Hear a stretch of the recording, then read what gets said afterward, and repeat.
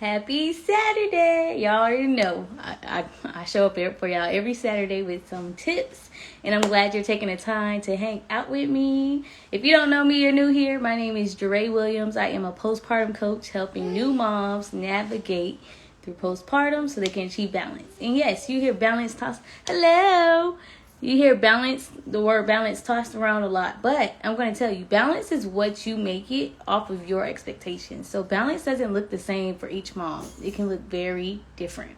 So that's what we're going to get into today. But first, I want to know more about you. So tell me your name and where you're from. I would love to learn more about you. If you're listening to the recording, I would still love for you to drop it in and and tell me a little bit about yourself. So tell me, what city are you from?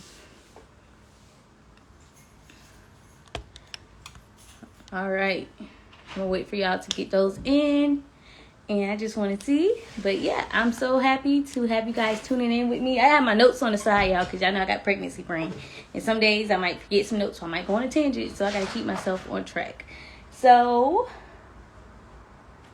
my question for you today is, do you know how burnout can affect your lifestyle? So those listening, tune in, because this will also be on my podcast. I want you to ask yourself, do you know how burnout can affect your lifestyle? Because burnout is real. If you are in survival mode, burnout can be real. Hello, how you doing? It's good to see you. So yes, my question is, do you know how burnout can affect your lifestyle? So let me know with a yes or no. Because burnout is real, and I know from experience that burnout can leave you in survival mode, and you're going to show up in a way that is not conducive to what you want. You want to make sure that you are living a life that is fulfilling for you, based on what you want to do. Because y'all, don't let people tell y'all what y'all need to do. Live a lifestyle that's based on what you desire to have. And so this is why I talk about balance a lot, because balance is what you make it, but it's also like, what do I want out of life? How do I want to show up as a woman? How do I want to show up as a mom and a wife? And what are the expectations that I give myself? Not the unrealistic expectations that people put on you, but what are your expectations for yourself? Because I know for me, I have my own expectations. I do not worry about what other people are saying or trying to give me tips, because oftentimes those are not what I have for myself and for the vision I have for my family. So I have to be able to know and ground myself in what I believe are my expectations. And I'm telling you this because if you allow other people to fuel you in your mind about how you should show up as a mom or a wife or a woman, you're going to run yourself in the ground, because it's oftentimes too many things happening at once, and you want to be able to be proactive. So here we go. That is why today we're talking about the 5 stages of burnout.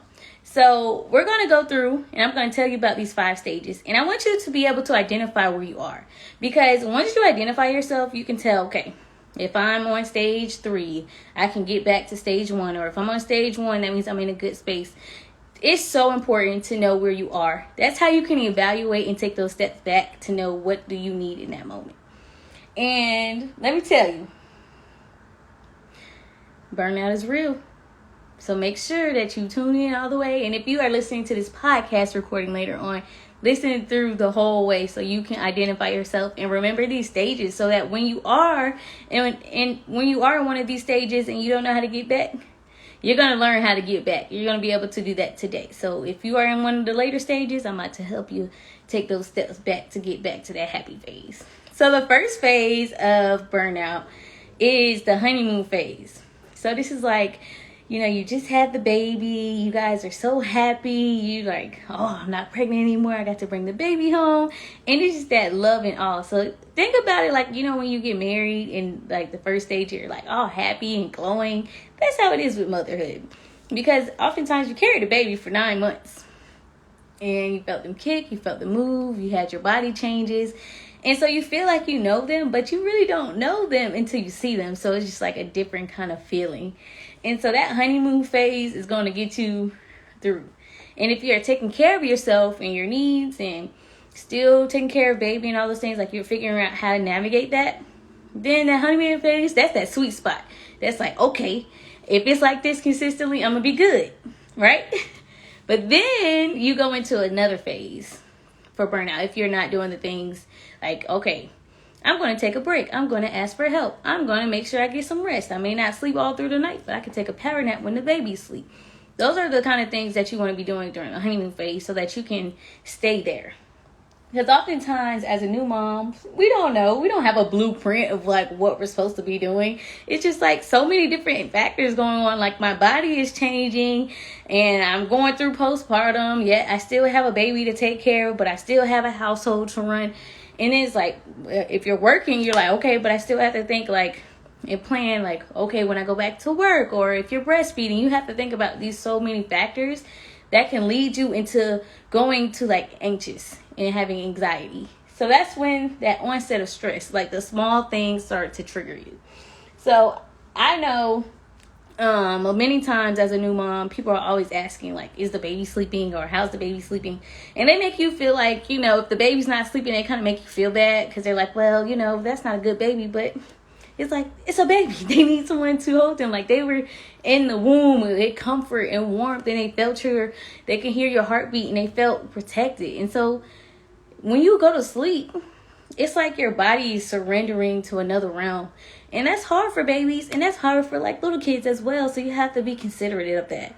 And so when you get those voices in your head and people telling you how you can get them to sleep longer and all these factors, it's like, okay, I need to work on doing XYZ so that it can sleep longer. I need to do this. I need to do that. But instead, just be like, I'm enjoying the process. Whatever they need, I'm there, because I'm still taking care of myself as well. So don't feel like because the things that people are telling you are not going to help you, okay? Because you have to set your own expectations, and don't let those small things trigger you like, oh, baby's not sleeping long enough. What am I doing wrong? Or no, it's a part of the process. And that's why I say, instead of trying to do other things when the baby is sleeping, try and take a moment to rest. And if you can hold the baby in a wrap or find other things or leverage your support system, they can help you with the household tasks. They can help you do other things. And I know for me, I'm about to be a mom too, so it kind of looks different. So I'm like, I'm in a phase like, okay, so how are we going to make sure that my toddler is good and we have a newborn? So those are kind of things that you have to think through and just give yourself grace, because you won't really know until you're in the moment, but you can kind of pre-plan so you kind of have that idea. So that's one thing I want to tell you. So when you're in the onset of stress, you need to take a step back and really reevaluate. Whose expectations are you trying to listen to? Are you trying to listen to your mother-in-law? Are you trying to listen to your mom? Are you trying to listen to the people on social media? Are you trying to listen to the podcast or whoever? Or friends? Because friends can try and tell you too, especially friends who have moms. Like they'll tell you their experience and you try and kind of compare yourself. So make sure that you are on your own lane and you stay in your lane, because that's going to help you keep going. The third one is chronic stress. So after you have the honeymoon phase, and then if you go into that onset of stress because things are not working out how you thought or imagined, then you go into chronic stress. That's when those everyday tasks start to bother you. So that's when like, okay, I got to cook. I got to take care of baby. I still need to do laundry. I need to go to the grocery store. Oh, I got to go to work too, and I got a deadline to meet. It's just so many different little factors that start trickling in. It's just like, okay, I have all these things going on, but I don't know how to juggle it. And for that phase right there, that chronic stress, that's when that intentional planning comes in. Let me tell you, if you take a moment to plan ahead. So I know for me personally, I look at my week in advance, even though like every month we try to look over our month, but me and my husband, we meet weekly to look at the week ahead. So we're thinking about like, okay, who has what going on? What is due? Who's going to, so for example, like who's going to Bible study? Who's going to work out? Because my husband does workouts. And so we had we plan like our night routines. Okay, so if he's working out, okay, so when you come home before you work out, can you do X, Y, and Z, or do this and that? And then I have my stuff too, so I'm still making time for me. So we're really sitting there talking and planning through everyday tasks. It may seem like, oh, this is tedious. Like I'm sitting down for an hour and we're talking about it makes a difference, okay? It makes a big difference. I know for my husband and I, since we've been intentional, because we used to talk about it in passing, but then it wasn't like that communication wasn't clear. But if we have our planners open, we're writing it down, and every day before he leaves to go to work, I'm just like, okay, what's going on for today, so that we have it at the forefront. And that is what's going to be so helpful for you to be having that planning. You don't have to take all those tasks on, and then that's when you leverage your support system.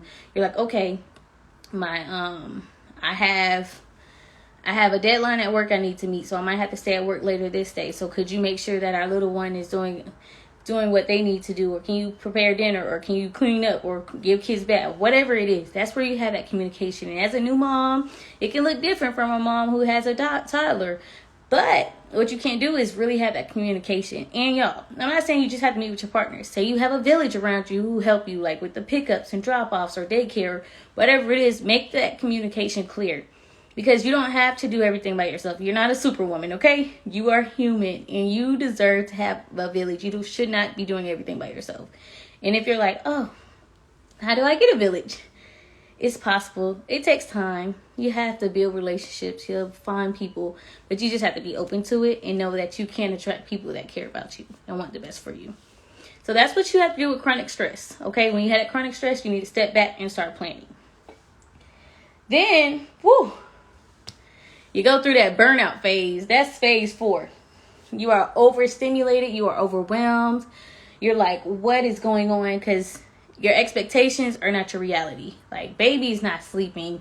Then, like, your breast milk is drying up. You don't know how much breast milk you don't know how to get that going. You don't know how you're going to get the house clean. You don't know how you're going to go to work, and you're, like, sleep deprived. You're over it. I call this, like, the survival mode. Like, you are literally just trying to make it to the end of the day. So you're waking up just praying that you make it to the end of the day in one piece. And when you go through this burnout phase, I've been there, y'all. I was there for like a couple months, and it was terrible. Like, I was not even enjoying motherhood. I wasn't enjoying wifehood. I wasn't enjoying anything. I was just like, I just want to run away. I want to run away so I can be in peace. I can maybe get some sleep or whatever. But you can recover from that, y'all. I am a living witness. You can recover from burnout. I am in such a better place because I took that time to figure out, what do I need? So when you are in a burnout and you're like, I'm in survival mode, and you're like, I just can't do it anymore. Like, it's like you just want to run, okay? But I say this even though I'm like laughing a little bit, but it's just because it's so serious. Like, when you're in that burnout, you feel like you're not going to make it out. You don't see the light at the end of the tunnel. You have to take a step back to see what you need. That means you are not taking care of yourself. You have to take moments to figure out, how am I taking care of myself? What do I need? Do I need to get some sleep? Do I need to eat more nutritional meals? Do I need to go on a walk alone? Do I need to have my husband take the baby and leave the home so that I could just have a moment? You have to figure out, what do you need? Do not worry about everybody else in your household when you feel like you're in burnout. You have to focus on you. Because when you focus on yourself, that's when you can come back to center. Because you're pouring so much out into everyone else, but you forget about you. So make sure that you are pouring into yourself, because that's where that burnout is real. So the first phase is the honeymoon, and that's when you're taking care of yourself. You're so happy to be a mom. And then the second phase is when you start have that onset of stress because you are listening to other people's expectations, or you have unrealistic expectations and want that to be a reality, but it's not. So you have to take a step back to create realistic expectations for you. The third one is chronic stress. That's when you have to start having that planning, that intentional planning consistently. So then you have that burnout where you need to take a step back and see, what do I need? Okay. And that last phase is the habitual burnout. That means like I had a moment of burnout, but instead of trying to shift what is around me, I'm just going to continue going and suffering in silence. And that's the one where I can send you over the edge. I'm not even kidding. Like, if you are in burnout and it's consistent, like every single day you wake up and you're going through the motions and you're suffering, you might be crying in real life, no one sees you. Like, you might be crying in the car, you might be just like over it, or you become depressed or suicidal. Like, these are reasons why that happens. You have to figure out how can you change your living system, and not like your living environment. Like, what can you do at home to make household tasks better? What could you do as a mom? Like, what do you need? Like, what will be supportive for you?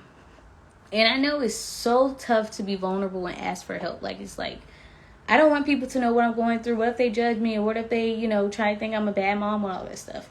But if you're around people that you trust and they genuinely care about you, that won't even matter. They want to help you get back to the honeymoon phase. They want to help you get back to balance. They want you to be able to show up for yourself, and not just showing up for baby, not just showing up for your partner, not just showing up for work. Like, no, taking care of yourself. Because if you're not taking care of yourself, how do you expect to show up and give 100% to those around you?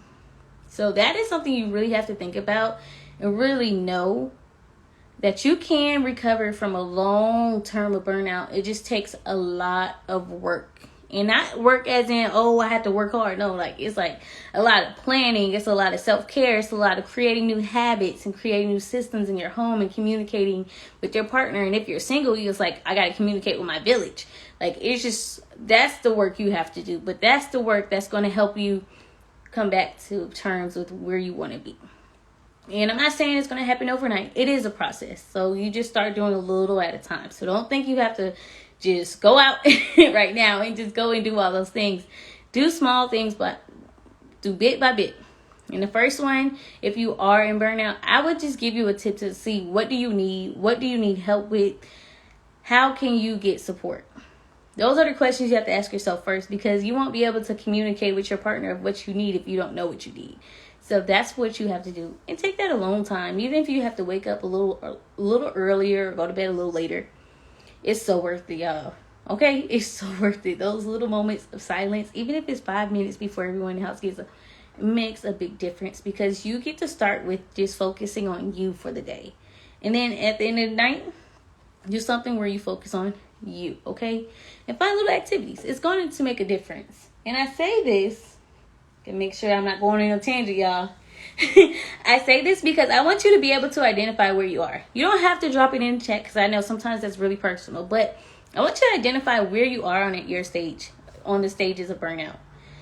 And no, if you are at the closer end of 4 and 5, you can come back to 1. You can do this. It takes work, but you can do it. And I know for me, I have sessions open to help moms who really want, they want that transformation. They want to go from survival mode of, I'm just trying to make it through the day. I don't know what I'm going to eat. I'm probably going to eat a bag of chips. I'm going to just go through the motions. But if you want to enjoy every single day you wake up, and you want to make sure that you're taking care of your health, like you're eating healthy meals, you're going to work out, you are communicating with your partner so that you're not taking on all the tasks in the home, and you're knowing how to take care of baby and enjoy those moments of them smiling and walking and just doing the little things that you might miss because you're not present. This is the time you can book a session and that transformation can happen, okay? Don't feel like, don't feel like you have to carry it all on your own. Do not suffer in silence. You have to speak up and let people know where you are. Just to trust the people. You don't have to tell everybody, but make sure you have people that you trust and you can know that they want to support you, okay? That's the biggest things. So I'm going to tell you one more time about the 5 stages of burnout, okay? The first one is that honeymoon phase, so you're happy to be a mom and you're taking care of yourself. The second one is the onset of stress. You're like, oh, I'm not living up to the expectations that I made for myself. Just go back and reevaluate your expectations, okay? You don't have to live in unrealistic expectations. And the third one is you go into chronic stress.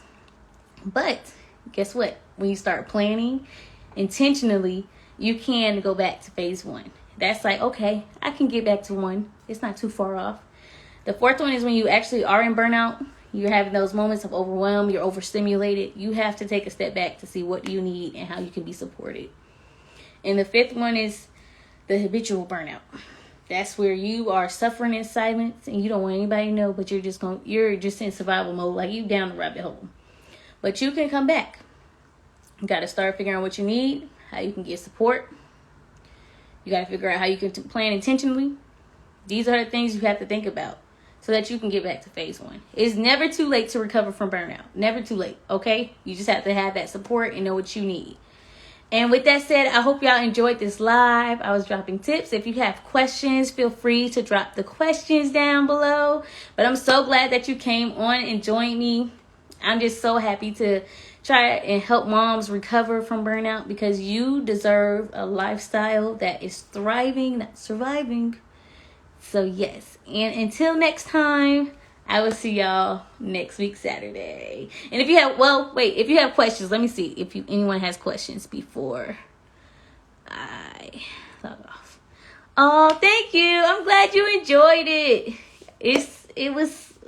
I love talking about burnout because I want moms to recover from it. But yes, feel free to book a session if you need one. I know it's never too late to have mentorship to get better. So go ahead and do that. And I will see y'all soon. Bye.